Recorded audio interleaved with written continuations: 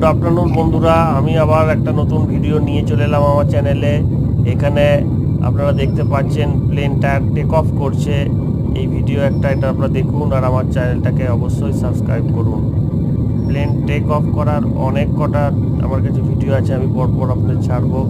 যখন প্লেনটা উঠে যাচ্ছে আবার যখন নেমে যাচ্ছে, কিভাবে বাড়িগুলো ছোট ছোট হয়ে যাচ্ছে আর উঠে যাওয়ার পর কীভাবে বড় হচ্ছে, অবশ্যই দেখুন।